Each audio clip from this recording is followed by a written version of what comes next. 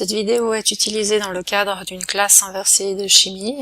Elle introduit la notion d'équilibre dynamique jusqu'à la compréhension de la constante d'équilibre. L'idée étant d'amener les notions théoriques afin de pouvoir ensuite effectuer des calculs, des exemples, des applications en classe. Vous trouvez donc des petites séquences vidéo interrompues par des questions qui sont là pour vérifier la compréhension de l'élève, mais également pour relancer l'attention. Nous avons vu la semaine dernière qu'un état d'équilibre est atteint par une réaction chimique lorsque les vitesses des réactions directes et inverses sont égales, soit lorsque la composition du mélange réactionnel ne change plus. Ce que l'on voit, c'est une composition qui ne change plus, mais derrière cela ne se cache pas un équilibre statique. Nous avons en réalité un équilibre dynamique, les réactions se font toujours, mais à même vitesse. La semaine dernière, nous avons donc simulé une réaction réversible en utilisant des bols et en mettant à l'intérieur des céréales. Dans le bol vert, nous avions les réactifs. Dans le bol orange, nous avions les produits. Et puis, nous avons fait cette réaction de façon à voir comment évoluaient les quantités de réactifs et de produits si nous avions affaire non pas à une réaction qui ne se faisait que dans un sens, mais dans le cas d'une réaction dite réversible, donc qui se fait dans les deux sens, dans le sens réactif-produit et dans le sens produit-réactif. Nous avons pu mettre en évidence que si nous partions avec du réactif vert uniquement,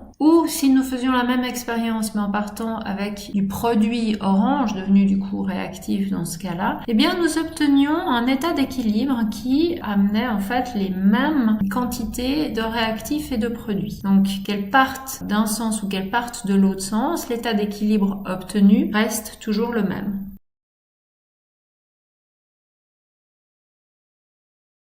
Il est intéressant d'aller plus loin et d'observer également ce qui se passe si on modifie les quantités. Nous étions partis ici d'un équilibre avec une quantité de départ de 24 des deux côtés pour obtenir que nous arrivons donc au même état d'équilibre. Que se passe-t-il si nous changeons de quantité? Eh bien, repartons avec notre exemple avec 24 au début qui arrive à notre état d'équilibre et puis essayons maintenant de partir avec un autre exemple avec 62 au début. Nous voyons ici que nous arrivons à un nouvel état d'équilibre. La question est maintenant de comparer ce qu'il se passe. Y a-t-il un lien entre ces deux états d'équilibre? Eh bien oui, nous trouvons un lien entre ces deux états d'équilibre. En l'occurrence ici, si nous faisons le rapport entre les produits et les réactifs, eh bien nous allons obtenir la même chose que dans l'autre cas. 14,4 divisé par 9,6, ça donne 1,5. 32,7 divisé par 24,8, ça donne également 1,5. Nous trouvons donc qu'il existe une constante d'équilibre qui nous permet de prédire la quantité que nous pouvons avoir à l'état d'équilibre.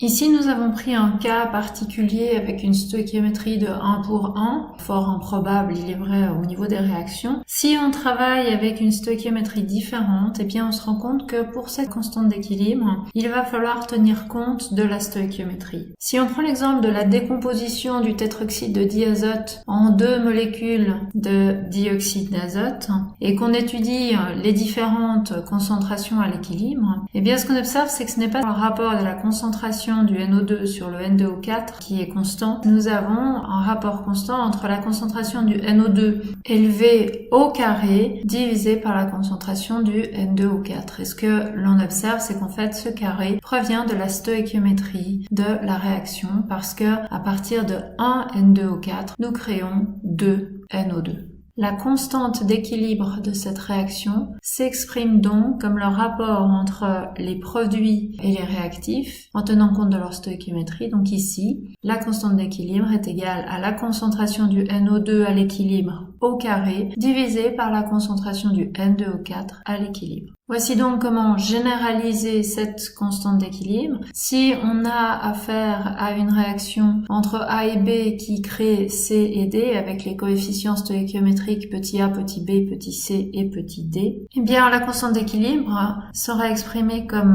les concentrations à l'équilibre des produits élevés par leur coefficient stoichiométrique divisé par les concentrations à l'équilibre des réactifs élevés par leur coefficient stoichiométrique.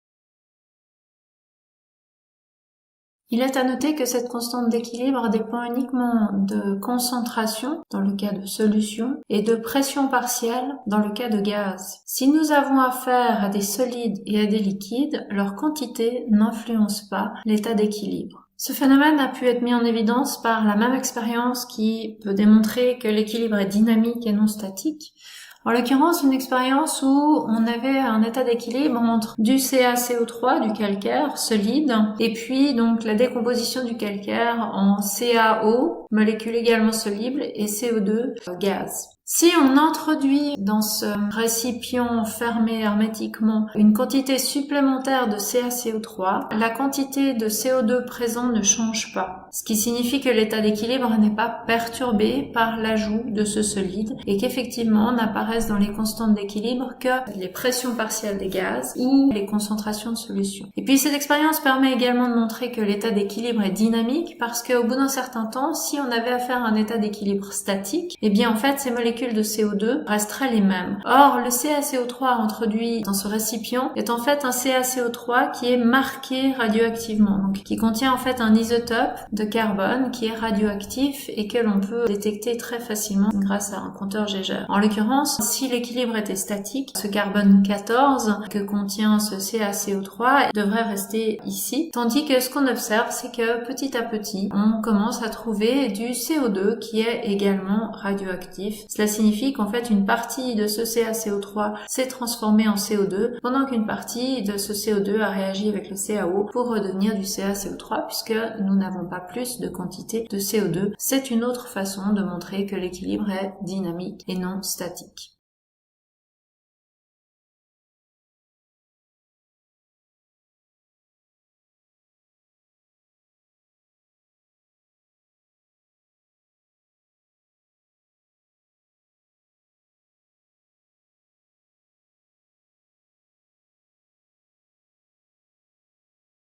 Nous avons vu que la constante d'équilibre se calcule à partir des concentrations des produits et des réactifs à l'état d'équilibre. Il est intéressant de calculer cette constante, qui n'en est plus une, avec les concentrations à un moment de la réaction qu'on est en train d'observer. En effet, si on fait ce calcul, on n'aura plus comme résultat la constante d'équilibre, puisque cette constante d'équilibre se calcule à partir des concentrations à l'équilibre, mais nous aurons ce que nous appelons le quotient réactionnel. Ce quotient réactionnel se calcule donc exactement de la même façon que la constante d'équilibre, mais avec les concentrations à n'importe quel moment de la réaction. Ce qui est intéressant, c'est qu'on peut comparer ce quotient réactionnel pour savoir où est-ce qu'on en est de la réaction. En effet, comme le quotient réactionnel fait intervenir, de même que la constante, un rapport entre les produits et les réactifs, si ce quotient réactionnel est plus grand que la constante, cela signifie que l'on a encore trop de produits et que donc la réaction va se faire de la droite vers la gauche pour faire diminuer la quantité de produits. Si nous avons une constante qui au contraire est plus grande que le quotient réactionnel, donc ça veut dire que notre quotient réactionnel est trop petit encore, s'il est trop petit, c'est que ces valeurs-là sont trop grandes. Cela signifie que nous devons encore transformer des réactifs en produits. Et enfin, en dernier cas, si on trouve exactement la même valeur pour notre quotient que la constante, nous avons atteint l'état d'équilibre.